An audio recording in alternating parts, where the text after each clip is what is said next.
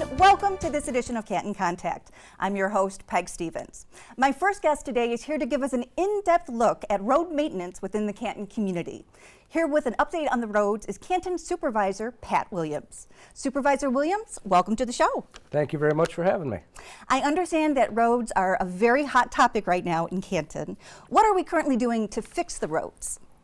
That's a great question. My office is getting calls daily with a lot of very frustrated and angry residents who are losing their tires and rims to potholes, and it's literally costing our community thousands of dollars out of pocket to repair their vehicles.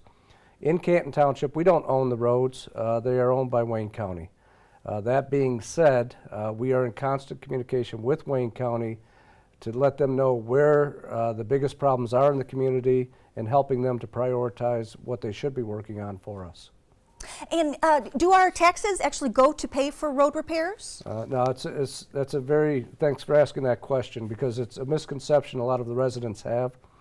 In Canton Township, our property taxes do not a single penny of it goes for roads or roads repair or maintenance. All of the roads maintenance and repair dollars that currently come into the state of Michigan come via the gas tax. So when we buy gas at the pump, there's a couple pennies in there that goes towards roads.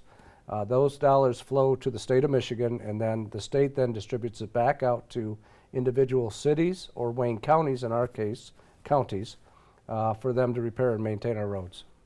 So if I'm understanding correctly, the money does not come to Canton Township. It goes to Wayne County for road maintenance. That is correct. How exactly are the road repairs prioritized? That is sometimes a mystery to us, because we would like to have Canton roads be number one on Wayne County's list every day. However, there's 43 communities that exist in Wayne County, and they have responsibility for repair and maintenance in each of the 43 communities. Because we're a township, the county has a broader responsibility not only to ourselves, but the other townships in Wayne County. So therefore, I do believe at some level squeaky wheel gets the oil, so we keep squeaking, but also residents can help us by submitting a ticket, either by calling the Wayne County hotline number or by submitting a ticket online. And if a lot of residents in an area have the same complaint, I think that will elevate the priorities for them to come and repair. Excellent. Well, let's talk about that process, because the voices can be heard. Mm-hmm. So residents actually can contact Wayne County, and we've made it easy for them, I understand. How do folks make a claim or bring it to Wayne County's attention? Okay. In the event that you do have a vehicle that's damaged and you'd like to file a financial claim for recovery, online you can go to Wayne County. You could file a claim online or submit it via the mail. Also, if it's not on a county road, in Canton Township, we have Ford Road and Michigan Avenue that are state roads. And if you receive vehicle damage on the state roads, you could also file a claim online through the state as well. Through MDOT, it sounds Right. like. Okay, Yeah. excellent. Also, what I'd like to share is because we are a township and we've become frustrated over the last couple of years in terms of not getting roads repaired as quickly as we'd like to see them or replaced. For example, Warren Avenue was scheduled to be replaced last year. Due to engineering issues, the county delayed it. What we've done is the Canton Board of Trustees has assembled what they call a roads task force. The roads task force, their mission is to review the entire situation that's happening in Canton Township in terms of what potential options may exist for us as a community to do better for our residents than what we've been doing the past several years. So that group has been meeting for several months. They started in November. They meet a couple times a month, and I think they're becoming very close to having final resolution in terms of offering suggestions to the Board of Trustees of what recommendations, I should say, of what may be able to be done in the future. And why was this task force created? Because of the frustration that we as trustees, as well as the residents, are experiencing in terms of the quality of the roads in our community are not where they should be today. So who ultimately is responsible for road maintenance? Today, as it exists, as long as we are a township, it is Wayne County. In the event, for example, that if the community decides that we would like to become a city, there is an opportunity there for us to take over approximately 40% of the roads in terms of repair and maintenance. But that would require a vote of the people, and then it's an extremely long process. It may take up to 2 years and 3 separate ballot initiatives before we could even become a city. But if we were to run that line out and become a city, what that would do is give us responsibility of basically the neighborhood roads and what they call the secondary roads. The primary roads would still remain under the jurisdiction of Wayne County. So the major thoroughfares such as Lilly, Haggerty, Cherry Hill, Warren, they would remain Wayne County even if we do become a city. Then the other part of the equation too is we have private roads in Canton Township that are owned by the residents in a condominium association. So we've got a couple different groups that we'd have to be watching out for. So what would you say are the pros and cons of becoming a city? Well, by becoming a city, we would take ownership of the local roads, but with that would also be the expense of the repair and maintenance and the Act 51 dollars that exist today. Now, some of the estimates that have been floated earlier on with the Roads Task Force and are still in development, these are just estimates. We have approximately $150 to $200 million worth of roads repairs required throughout the township. Act 51 dollars would supply about $6 million a year, roughly. These are estimates. And roads only last about 20 years. So if you only have $6 million a year, and over a 20-year period, it's about $120 million, you still haven't fixed all the roads in Canton Township. So we're just compounding our problems by allowing roads to go longer by not replacing them, and just the damage gets exacerbated year after year. So it sounds like this roads task force will actually help with the solution in terms of... Well, what they're going to do is present ideas and suggestions to the Board of Trustees in Canton, and then it'll be up to the Board of Trustees to make a decision what the next steps are going to be. But in the meantime, the best thing we can do is just communicating with Wayne County by submitting the tickets on the line and by calling. Excellent. Let's walk the folks at home through that process, because it is relatively easy. Okay. So they have 2 ways to do it. So they can either call 1-888-ROAD-CREW or actually go online, and we've made it easy by putting it on the front page of the Canton Township website. Right. And then basically, what do they submit? What sort of information do they put in there? Well, it's just identifying and describing exactly what the problem is and where it's located, and request a repair to be completed. That's submitting a request to do work. Then there's another level if you have damage on your vehicle.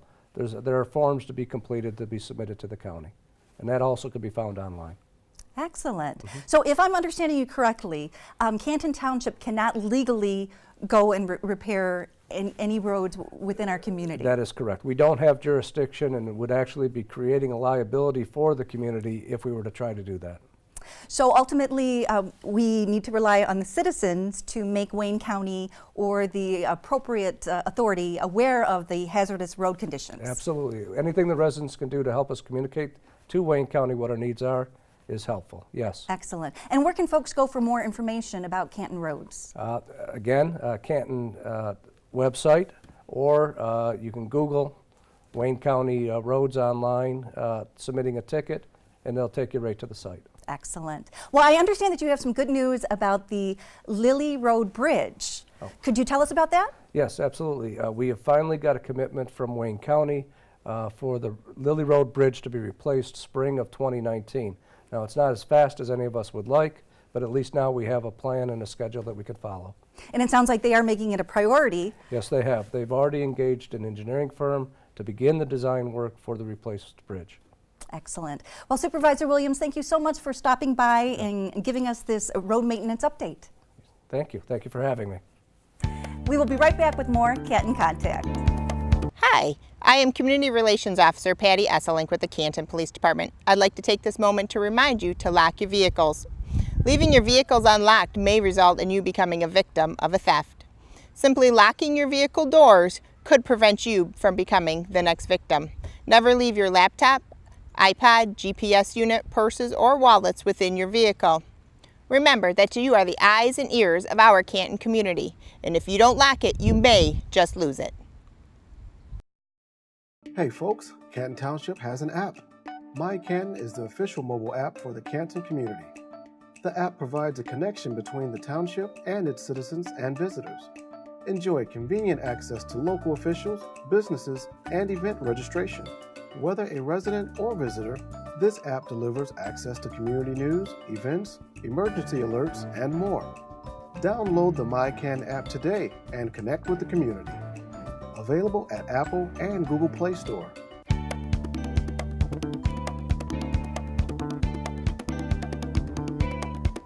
Welcome back to Canton Contact. My next guest is here to tell us about Severe Weather Awareness Week and how you can protect yourself and your family when severe weather strikes. Here with all of the information is Canton Emergency Management Coordinator, William Hayes. William, welcome to the show. Thank you. I understand that you are new to your role in Canton Township. Can you tell your viewers, our viewers, about yourself and what you bring to the position? Yes, I came to Canton in January of 2018, and after retiring from Homeland Security Investigations, where I served as the Deputy Special Agent in charge for Michigan and Ohio, conducting criminal investigations and also handling emergency management procedures for them.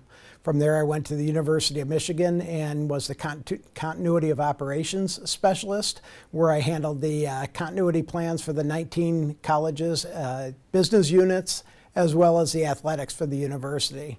From there, I joined Canton, and I think that with my professional emergency management background, I will be able to bring a lot to the position. So it sounds like you have an extensive history with emergency management. Yes. And you understand the importance of preparedness. Yes, I do. So what is the significance of the Severe Weather Awareness Week?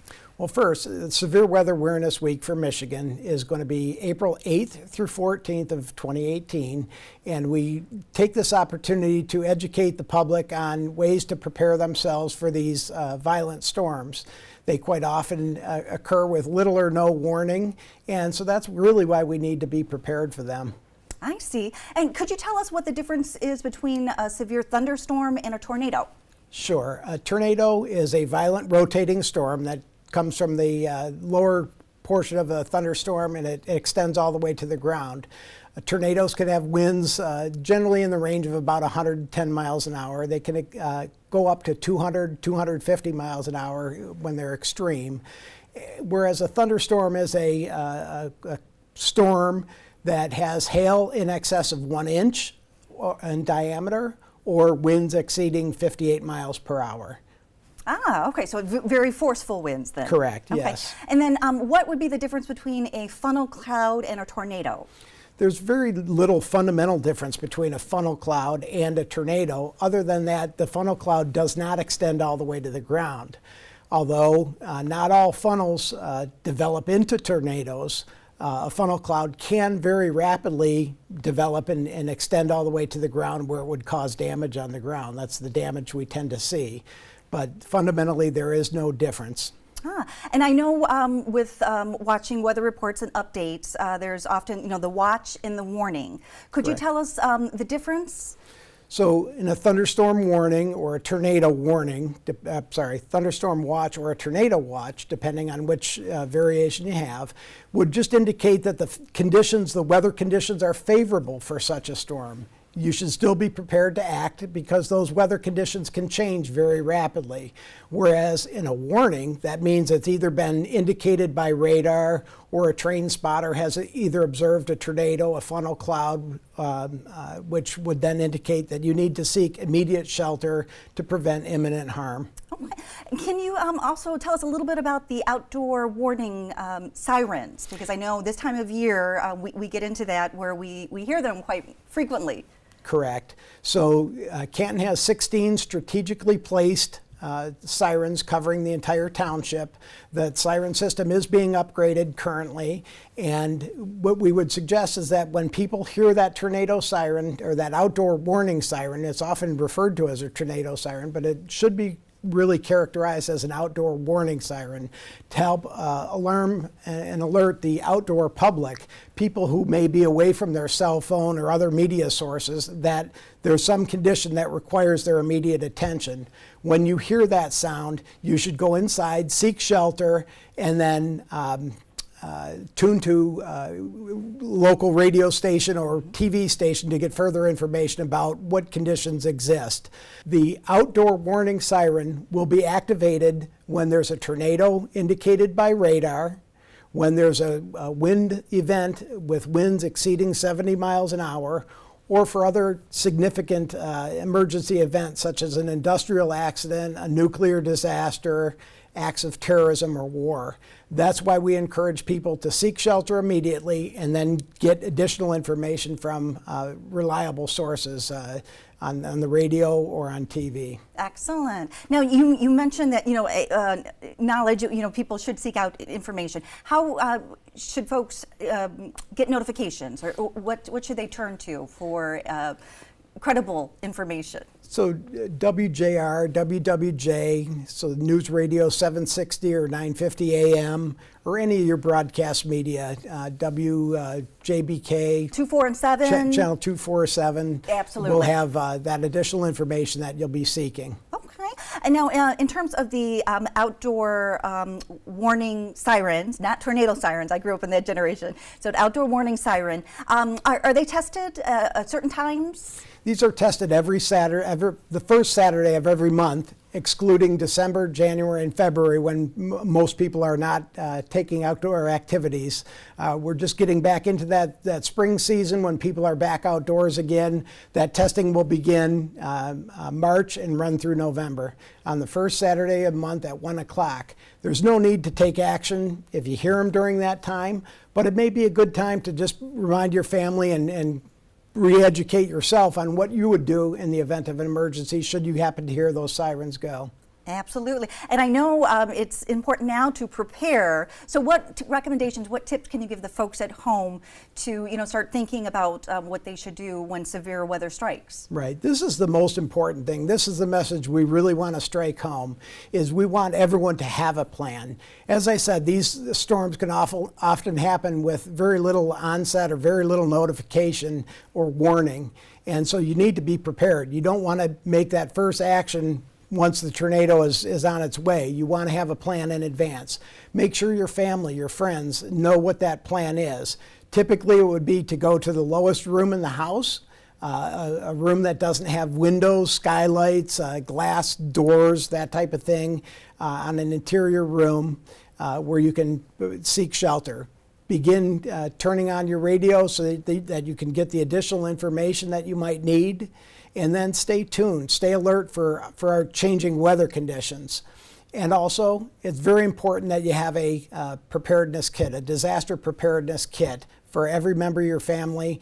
It might be a good idea to keep one in the car, or if you're at work, just have something at work as well, so that if an emergency strikes while you're at work, you can be prepared there as well.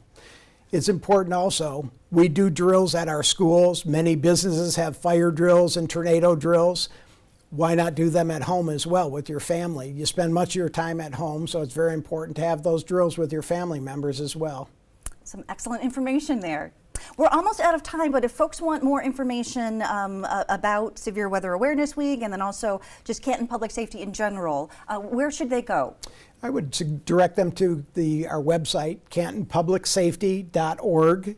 You can click on the Emergency Management tab, and there's all kinds of flyers and pamphlets that'll give more detailed information than I've been able to share with the viewers today. Well, William, thank you so much for stopping by and giving us this excellent information. Thank you for having me. We will be right back with more Canton Contacts.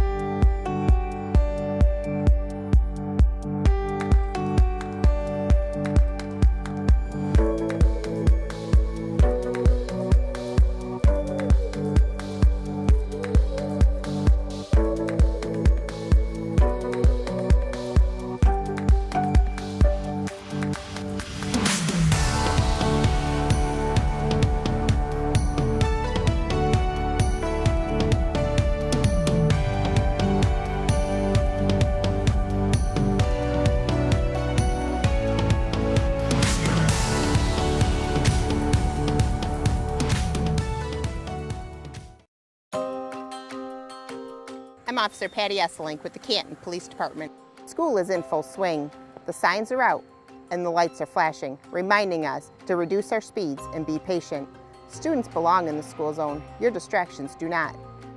Let's limit our distractions and let's keep our students safe. Slow down and be patient.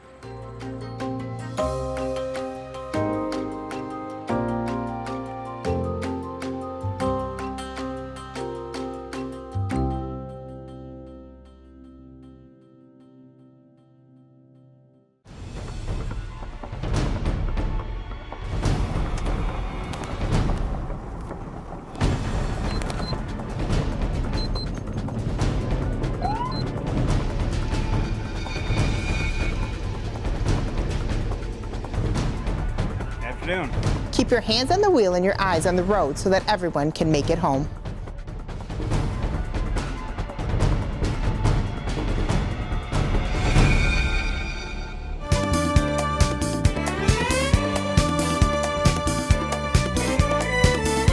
Welcome back to Canton Contact. My next guest is here to tell us about the 8th annual Canton Acts of Culture Week, which is being presented by the Canton Commission for Culture, Arts, and Heritage. Here with all of the information is the Commission Chairperson, Ken Bua. Ken, welcome to the show. Thank you, Peggy. I understand that the 8th annual Canton Acts of Culture Week is fast approaching. Correct. What can you tell us about this special week? Okay, this particular week is just like many other even weekly seasonal events. So this particular is especially for like almost like a spring activity type thing, because then there will be a summer one also coming, Summer Fest we call it. So this is focused around mainly youth and young children's activity type thing, but these are 7 different varieties of events. Very, very big variety. You will not find 2 events, sound and look alike type thing. Very different variety, and that is the idea behind it. And we do that every year, and it's very, very exciting. And our community, they really enjoy it, and they really support us just showing that up. And then that makes us excited when we see them, Sure. Now, when is this week taking place? This one will be May 12th to May 20th. Excellent. So whole week and 2 weekends, Oh, So great. so it's a really And what sort of events can we look forward to seeing? basically, there is is a children's musical show. There'll be a children musician will be there, and just for focus on children's taste, what kind of music they like. So pretty much it's for children. And that's at the Village Theater. Yes, it's a Village Theater, that's correct. And another is a Spotlight Players Heaven Help, that is also in the Village Theater. And some of them, it's a Village Theater because it's required that kind of facility type thing. Some of them are open area type thing, some of them in the school. Matter of fact, one event's in the school. Acts of Fashion is very, very popular. That's the fashion show. It's a fashion show, right? Yes, and again, yes. it is the youth is mainly involved. They bring their own, creation of the, different kind of stylist, fashion type, clothes, costume Absolutely, type. different colors, different fabrics, and it's And I heard everybody. I'm also like it, but a lot of people they love it because who are into it, So that's the reason we created this different event. So at least somebody finds something they enjoy it. something for everyone. Right. Absolutely. And then we have a Plymouth Canton Community School, K to 12 art show. I was there more than once, and if people do not tell you that who created the art, you might think, oh my God, these are professional people, unbelievable. And I was very, very, very impressed because I also participated at least 3 times by now. I was in panel of the judge for professional art, okay? And I love it. I did that 3, and another one is coming next month. And I have seen their arts, okay?